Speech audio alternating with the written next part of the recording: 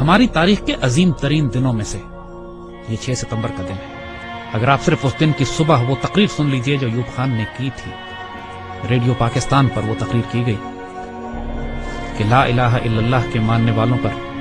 ہندوستان نے حملہ کر دیا، میرے قوم کے ہم وطنوں جنگ شروع ہو چکی ہے، اٹھو اور دشمن پر ٹوٹ پڑو۔ پاکستان کی پوری قوم نعرہ تکبیر لگاتی ہوئی سڑکوں پر نکل آئی تھی۔ ہندوستان نے 6 ستمبر کی صبح فجر سے کچھ پہلے لاہور شہر پہ حملہ کیا اور ان کے جرنیل نے بھڑک ماری تھی کہ ہم 11 بجے تک لاہور جمخانہ میں بیٹھ کر شراب پیئیں گے اور بدماشی کی محفل سجائیں گے۔ دشمن کی طاقت کا بھی پہلے اندازہ کیجئے، دیکھیے دشمن 5 گنا بڑا تھا آپ سے، اور اچانک اتنا بڑا حملہ کرتا ہے جس کے اندر ایک ایک حملے میں 500 ٹینک استعمال کیے جاتے ہیں، تقریباً 500 ٹینک لاہور میں، 500 ٹینک کے قریب سیالکوٹ کے اوپر جب حملہ ہوتا ہے، اور یہ دونوں سرحدی شہر ہیں ہمارے۔ اور حال یہ تھا کہ Pakistan was totally caught by surprise. آپ کو واقعہ بتاتے ہیں، واقعات اگر آپ سنیں تو اس سے آپ کو اندازہ ہوگا کہ یہ 65 کی لڑائی کا یہ واقعہ 6 ستمبر کو کیوں ہم اتنے رومانٹک طریقے سے، اتنی محبت اور اتنی پیار سے، ایموشن سے، جذبات سے کیوں یاد کرتے ہیں۔ ایئر چیف نے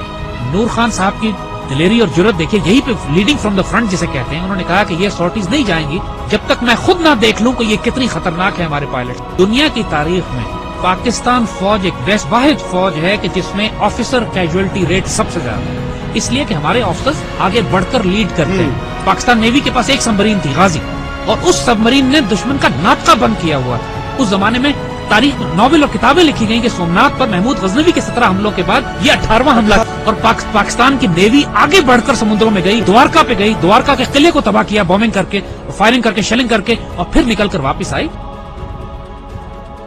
میرے والد توپخانے کے افسر تھے اور سیالکوٹ ہی میں مقیم تھے، سیالکوٹ سیکٹر پہ بالکل سرحد پہ ہمارا گھر تھا میرے، اور جب یہ جنگ شروع ہوتی ہے تو خاندانوں کو، عورتوں کو، بچوں کو وہاں سے نکلنا پڑا، تو اس میں ہماری والدہ ہمیں لے کر نکلی، اور یہ وہ وقت تھا کہ جب ہمارے گھر کے آس پاس توپیں لگی ہوئی تھی اور پاکستان کی فوج جوابی حملہ شروع کر رہی تھی سیالکوٹ سیکٹر پہ دشمن کے خلاف۔ ایسے ایسے معجزات دیکھنے کے ملے ہیں، میرے والد عینی شاہد ہیں اس بات کے کہ ایک سیکٹر پر ہماری توپوں کی مدد کی ضرورت پڑی، ہماری پیادہ فوج کے مورچے تھے جن پہ دشمن کے ٹینکوں کا دباؤ بہت شدید تھا، اور ہماری توپوں کی آخری حد سے بھی زیادہ 2-3 کلومیٹر آگے وہ دشمن کے ٹینکوں کے پوزیشنز تھی، اور جب مدد مانگی گئی تو حساب لگایا گیا کہ ہماری توپوں کے گولے دشمن تک نہیں پہنچ سکتے، اور صورتحال یہ تھی کہ اگر اس وقت مدد نہ دی جاتی اپنی فرنٹ لائن کو تو سیالکوٹ شہر کا ایک پورا سیٹ دشمن قبضہ کر لیتا۔ اللہ کے توکل پر یقین کریں،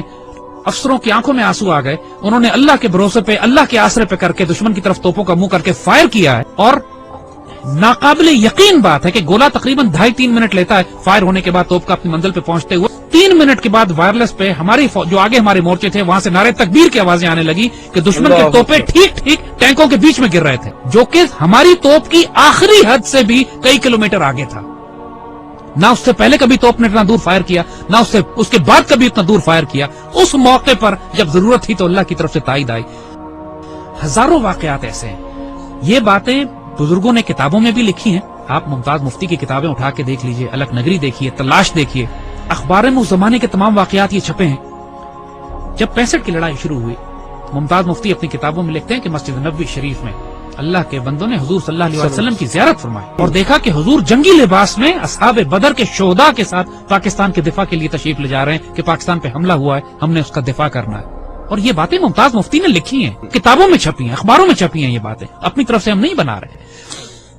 یہ باتیں کہ دشمن کے طیاروں کو ان کو ذمہ داری دی گئی کہ راوی کے پل پہ بمباری کرنی، وہ پائلٹ پکڑا گیا، جب اس سے پوچھا گیا کہ پل تو تمہارے سامنے تھا، تم نے بمباری کیوں نہیں کی؟ کہتے ہمیں کہا گیا تھا وہاں ایک پل ہے، مجھے 6 پل نظر آ رہے تھے۔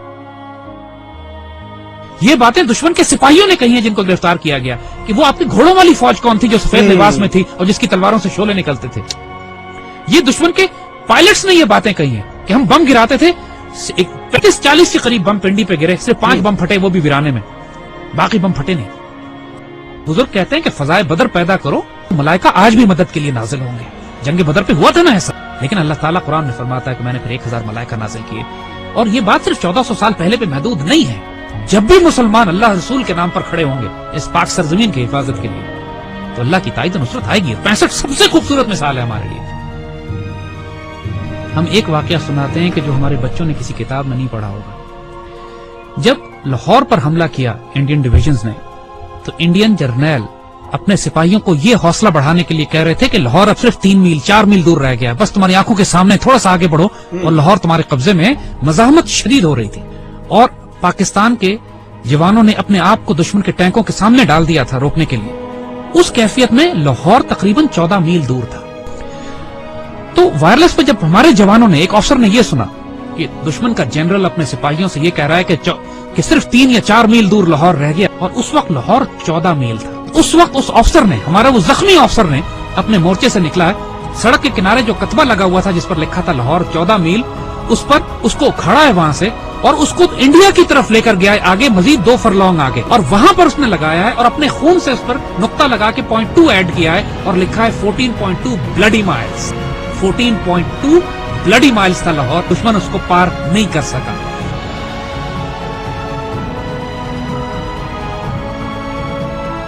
جب شہداء پہنچنا شروع ہوئے سی ایم ایچ میں، انہوں نے دیکھا کہ اتنا پریشر تھا کام کرنے کا کہ مرد سارے کام میں لگے ہوئے تھے، تو ان زخمیوں کو ریسیو کرنے کے لیے نرسز تھی، تو شہداء کو انہوں نے نرسز کے حوالے کیا کہ آپ ان کو تیار کریں اور رکھیں ایک طرف تاکہ بعد میں ان کو بریل کے لیے لے جایا جائے گا۔ تو آنے والے جوانوں نے جب یہ دیکھا کہ بہنیں اور بیٹیاں ان شہداء کو ریسیو کر رہی ہیں تو ان کی آنکھوں میں آنسو آ گئے۔ واپس جا کے اپنی پوری یونٹ میں اعلان کیا کہ وہ شیرو دلیرو سینوں پہ گولیاں کھانا، پیچھے تمہاری بہنیں تمہیں وصول کر رہی ہیں، ایسا نہ ہو کہ تمہاری پشت دیکھیں اور یہ کہیں کہ یہ بغیرت پشت پہ گولی کھا کر آیا۔ یعنی یہ جذبہ تھا جوانوں میں آگے کہ ہمیں دفن کرنے کے لیے پیچھے ہماری بہنیں کھڑی ہیں، اور سب نے قسمیں کھائیں کہ ہم گولی سینوں پہ کھائیں۔ یہ وہ باتیں یونٹوں کے اندر ہوئی، باتیں نہ ٹیکسٹ بکس میں لکھی جاتی ہیں نہ کتابوں میں، یہ وہ باتیں کہ جو فوجیوں کے سینوں میں دفن ہیں۔ ایسے بھی موقع آ گئے کہ جب دشمن کے ٹینک ہمارے توپخانے کے اتنے نزدیک پہنچ گئے کہ براہ راست توپخانے اور ٹینکوں کی لڑائی شروع ہونے والی تھی۔ کہا جاتا ہے دوسری جنگ عظیم کے بعد سب سے بڑی ٹینکوں کی لڑائی بھی سیالکوٹ میں لڑی گئی۔ باقاعدہ ایک آرٹلری افسر نے کمانڈ دی کہ H E unload and A P load, یعنی ہائی ایکسپلوسو شیل نکال دو اور اب آرمر پیئرسنگ شیل لوڈ کرو، کیونکہ اب توپ اور ٹینک کی براہ راست لڑائی شروع ہونے والی۔ اور یہ ایسا موقع ہوتا ہے کہ جس کے بعد آر یا پار ہوتا ہے، اور ایسے موقع پہ اللہ نے دھند بھیج دی، بیچ میں دھندیں آ گئی جس کی وجہ سے دشمن کے ٹینک رک گئے، اور جس طرح پہلے کہا تھا کہ پہلے دشمن نے خوف طاری کر دیا اللہ۔ یہی وہ نظریاتی اور روحانی اساس تھی ہماری جو ہمیں پاکستانی مسلمان بناتی تھی۔ وہ کیا چیز تھی جس نے ہمیں سیسا پلائی ہوئی دیوار بنایا؟ وہ یہی کلمہ تھا، لا الہ الا اللہ، جو ہماری دل کی دھڑکنوں میں محمد رسول اللہ ماشاء اللہ۔ اور آج جو 10,000 بچے اور آفسرز جوان ہمارے شہید ہوئے ہیں پاکستان کے دفاع میں، کشمیر سے لے کر وزیرستان میں، فاٹا میں، سوات میں، خوبصورت ترین بیٹے، ہماری مٹی کا نمک، 21، 22، 24 سال کے، 25، 26 سال کے خوبصورت جوان، اپنے جب چھوٹے بچوں کو چھوڑ کر، والدین کو چھوڑ کر، بیویوں کو چھوڑ کر، جنہوں نے شہادتیں دی ہیں اور خواہش کر کے اپنے آپ کو والنٹیئر کر کے شہید ہوئے ہیں۔